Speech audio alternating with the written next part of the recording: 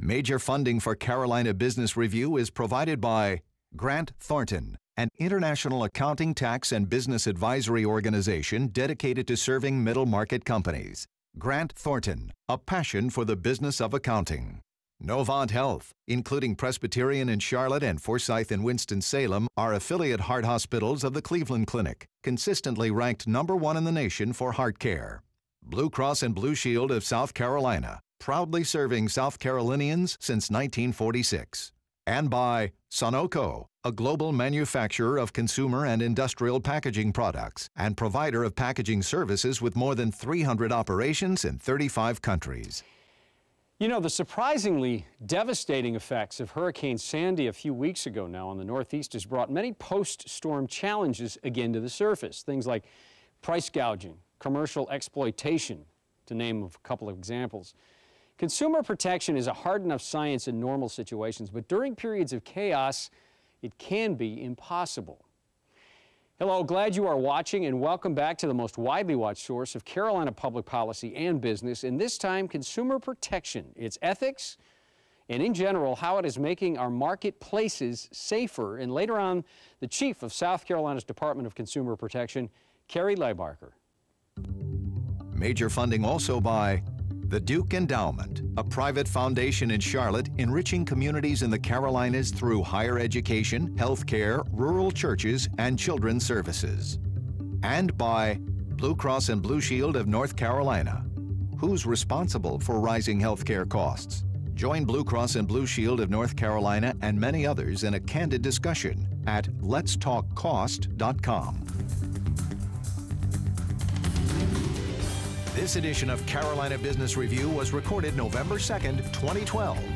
On this week's program, Tom Bartholomy of the Better Business Bureau of Southern Piedmont, Dr. Daniel Wueste of Clemson University, and special guest Carri Lybarker, Administrator of the South Carolina Department of Consumer Affairs.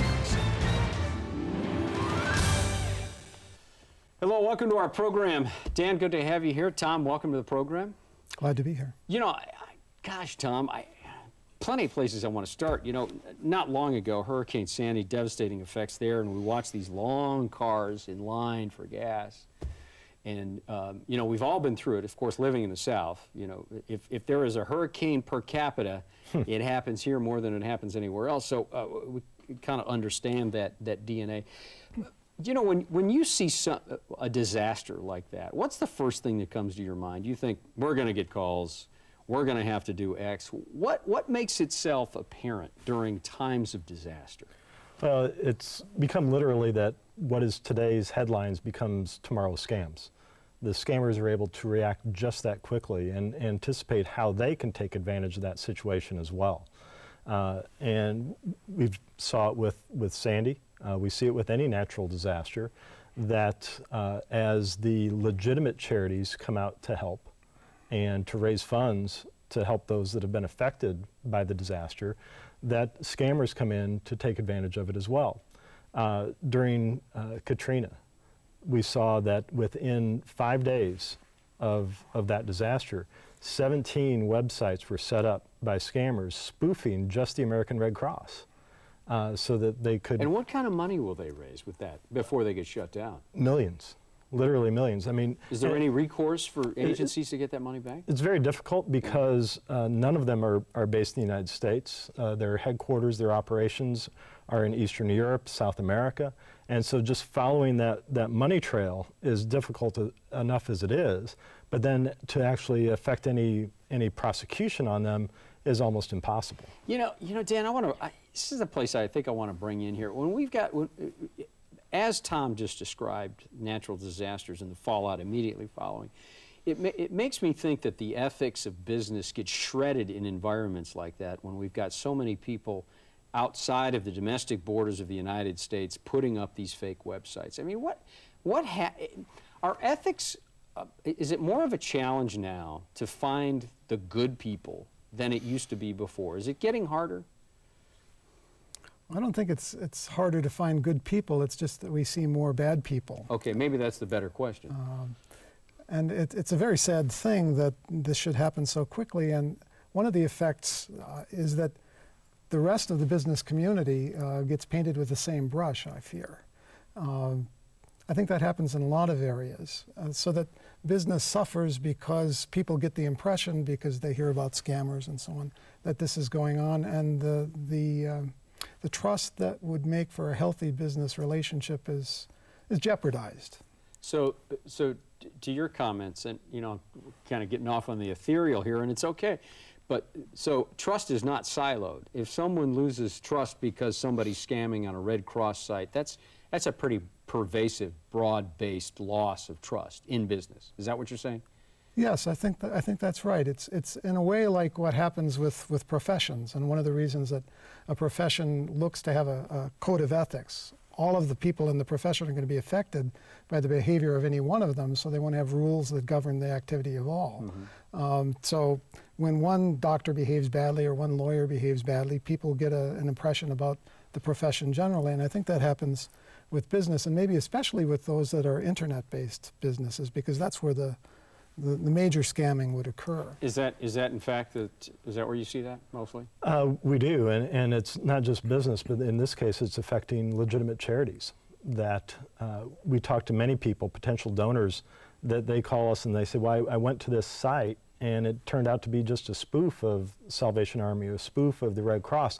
They said, well, I don't know who to trust anymore, so I'm not going to trust any of them.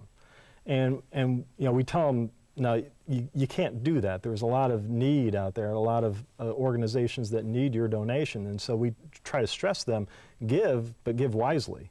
Know who you're giving to, know the signs of when somebody's trying to rip you off, and know who the really good, legitimate, effective organizations are. You know, I don't want to look at this so cynically, but are we near an inflection point here where, to the point that, you know, Tom, in your world, you get a lot of complaints. Probably more than you get the good comments. And Dan, in your world, ethics is at the, you know, the point of the issue is ethics, and you talk about that a lot. Are there more and more examples of people that aren't doing the right things? And I mean, this broad-based trust, have people lost a lot of trust in, and you can see it in the election rhetoric, have people lost a lot of trust in business? More so than maybe a decade ago? I don't have empirical evidence to back up my claim, but I think that it's probably not a whole lot different. There's been a suspicion. Well, Enron was 2001. Sure, mm-hmm. Right. So in that decade, I think there's been a suspicion. I don't think it's gotten greater, though we do see more bad behavior. That's the sort of thing that captures people's attention. People don't have their attention grabbed by some good news. Mm-hmm. Here's a business that's been doing their job well, has established and maintained trust for a very long time. That's yada, yada, yada. They're not interested in that. Right.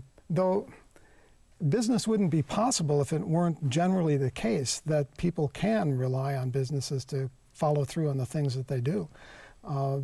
When I talk with my business ethics students, and no, it's not an oxymoron, by the way, I tell them that we read so much about the bad behavior, we have to be careful not to suppose that that's most of what's going on. If it were, then commerce wouldn't be possible. In order for commerce to continue, people have to be able to work on the basis of a telephone order. The purchase orders are in the mail, the contracts haven't, the ink's not dry. Right. And it does. And is there still, in your opinion, still that kind of trust out there in the marketplace? I think it's still there. On the word, on the phone call, verbally, that kind of thing? Tom, you not agreeing with that? No, I do. I think that people are inherently trusting, that it's their nature to trust. But then when these situations occur and they get blown up in the media, that it just takes them aback. And, you know, some will shut down and just say, well, I'm not going to, mm-hmm. you know, I can't trust any contractor. I can't trust any, you know, name the profession. And, but then, you know, and that's part of the Better Business Bureau's job, is to connect people with businesses that they can trust. You know, that the vast majority of businesses, the vast majority of charities aren't there to rip you off. You know, they're there to make a living and to help you with whatever your situation is. And so we stress that time and time again, that, yes, you as a consumer, you have rights in the marketplace, but you also have responsibilities in the marketplace as well. And sorry to interrupt you, but talk to that a little bit. What is that balance? And please, Dan, we've only got about a minute left. What is that place, that nexus where there are consumer rights and then consumer responsibility? It's the consumer right to be protected, but it's the responsibility to know the coffee's hot before you spill it on you and have to sue the company that served you the coffee, don't you think? Oh, definitely. And we see too many instances of, and I swear, unless I was sitting next to you as that scammer was calling on the phone to tell you, don't do it.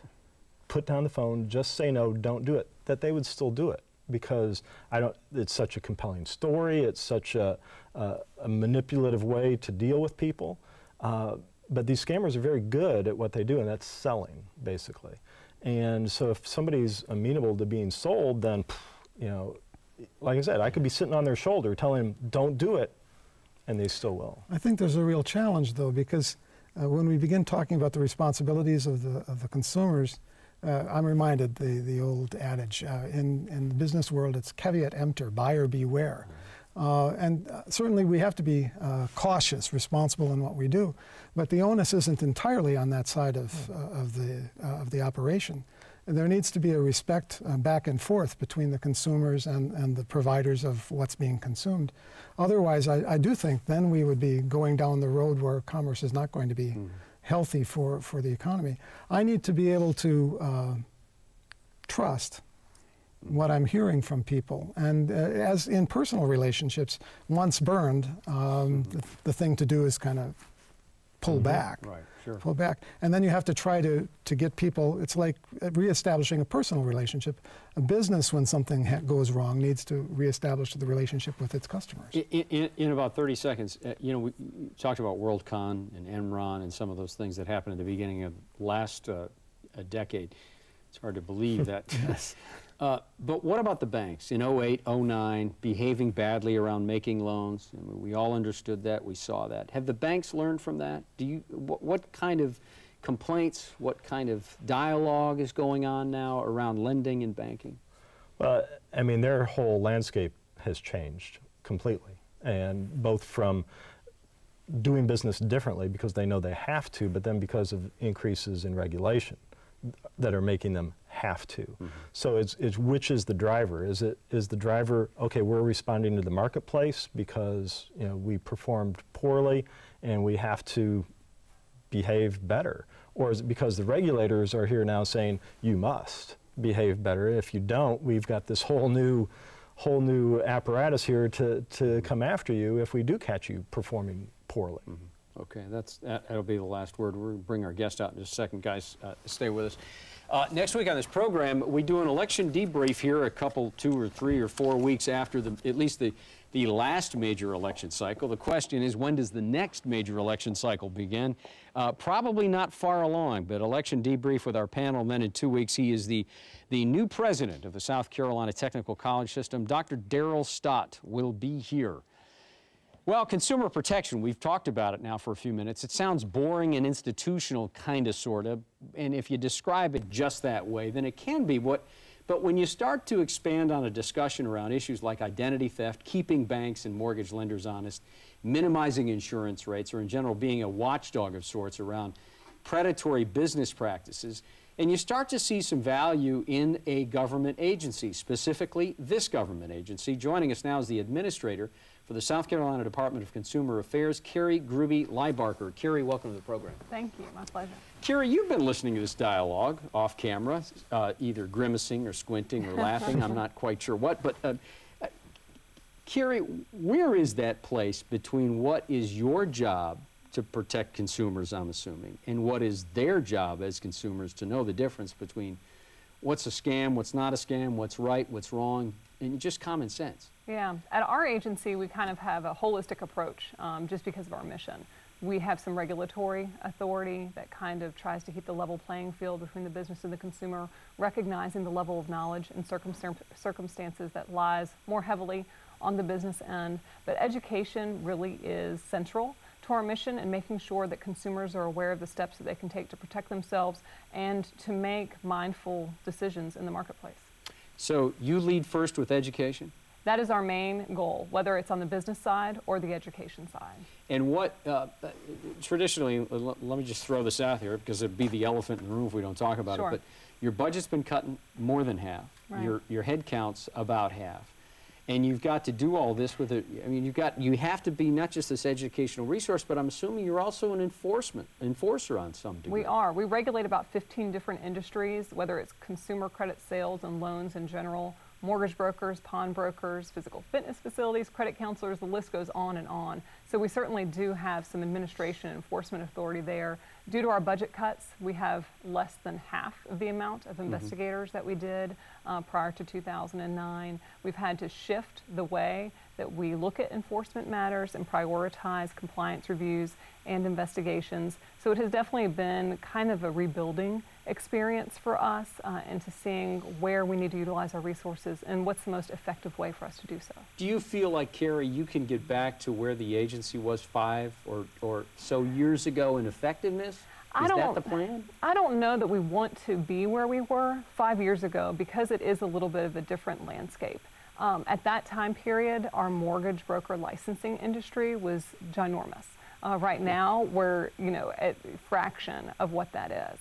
So we're trying to focus more to make sure that we are touching each of the industries that we regulate. Before, we were kind of having to spend all of our time on some bad apples, not being able to go out to everybody to make sure that they are all complying with the law, not just the ones that are popping up through a complaint or that we're doing a regulatory review and all of a sudden we realize that they're not doing what they are supposed to be doing. So we're kind of looking at the world, at our mission, at our agency through different glasses. Tom? Carri, what we've seen with the Better Business Bureau, and we serve both North and South Carolina parts of it, that, and you mentioned priorities and how you're trying to prioritize enforcement now, but we see a lot of North Carolina businesses that are set up to prey on people in South Carolina because the laws are different between the states, and likewise businesses in South Carolina that are set up specifically to prey on North Carolinians because, again, the differences in the laws. Do you have cross-border cooperation between agencies to try to impact those bad players? Yeah, we certainly do, and especially with the North Carolina Attorney General's office, we have conference calls, and no matter who the regulatory agency is that we see, or if it's the consumer protection arm in another state, we certainly do reach out, recognizing that you have to leverage resources to be able to make an impact, especially in the area of scams. You know, as a quick follow-up to that, Carri, I'm not trying to talk you out of a job here, but Sure. in North Carolina, that function is done in the AG's office, the Attorney General's office. Right. Wouldn't it make sense to give you more resources and more reach to be part of the South Carolina Attorney General's office? I think that the way that we are set up as an independent agency benefits the consumers that we serve, the businesses we serve. Because we are independent, I'm not an elected official. We have a commission that is made up of 4 members appointed by the governor and 4 by the General Assembly, and then we have the Secretary of State ex officio. And I think that kind of a model allows us to be independent in our decisions and making sure that we are allowed to set an agenda as it moves and as we move through these difficult times. Dan? I'm wondering about the difference between protecting consumers from scammers and protecting consumers from reputable businesses. Seems to me a rather different sort of project. With the scammers, I suppose the best thing you can do is have some kind of rule with a sanction attached to it so that if they fail to comply with it and you catch them, you can punish them. But with reputable businesses, I'm thinking what you would be looking to have is they're being motivated to be thinking about consumer protection without the need for regulations, laws, which sometimes I think are seen rather in the same way as what parents say to teenagers. It's said in a well-meaning way, but it meets with resistance. The teenager gets her back up or his back up. Businesses, politicians get their backs up. Oh, these regulations, they're all bad. Now, I think we need them for the scammers, but what can we do to motivate businesses to be concerned about the protection of their consumers without having to have something that's like parental direction? Yeah, I think that that's an interesting perspective, because a lot of the laws that we have, you bring everybody to the table who's involved, the current industries, to get everybody's play. We're not an agency to where we ever say, this is a law that we think should go into effect, this is why we're right, let it be done. We always bring interested parties to the table to try to flesh out what the business industry itself thinks needs to occur. Because as I talked about, a level playing field between the business and the consumer, the businesses want that same kind of level playing field, and they don't want business A to be able to advertise, this is the greatest product in the world and you're going to get all these benefits that it actually won't provide, that takes away their customers to where they would be providing a better service, actually being a little bit more legitimate in that practice, but the bad apples are taking away their business because of that. So I think that there's a balance. We certainly don't want to put people out of business whenever there's regulation imposed, but again, the level playing field at the consumer level and the business-to-business level, I think, is the goal that's meant to be achieved. And to take that a little bit farther, you've got this balance of compliance. Okay, so try to find that place between what is business development and what is consumer protection. Where is that place? It probably meshes with a lot of our. But let me. I'm sorry, Carri. Let me ask you: is there a formula, or is it based industry to industry, or case to case? I would say oftentimes it's industry to industry, but you could delve down a little deeper to go case by case basis, dependent on if there are certain issues that we're seeing that we think education units should be provided to that business, because we're seeing the same kind of issues evolve. And then also with the consumer complaints that we get in, or the questions that we get in for consumers, to be able to tailor some educational materials for them to give them a little bit more information whenever they're providing or trying to buy a product or service from one of those businesses. With the BBB, I mean, we see it quite often that, we don't have any legal authority. We can't say, business, you must do this. But yet we were able to resolve about 90% of the complaints that come to us. But then being able to have Consumer Affairs or the Attorney General there to say, okay, help. Right. Because we've got this business that just doesn't care. And if they're just saying, well, the heck with the Better Business Bureau, the heck with whomever else, to be able to have that backup. And I think that goes to Chris's point of, where's that tipping point of, they're not necessarily scammers. They're businesses that are maybe trying to take advantage of the situation. And I mean, what do you do? I know you work cooperatively with BBBs across the state. I mean, what do you do when you get that type of referral?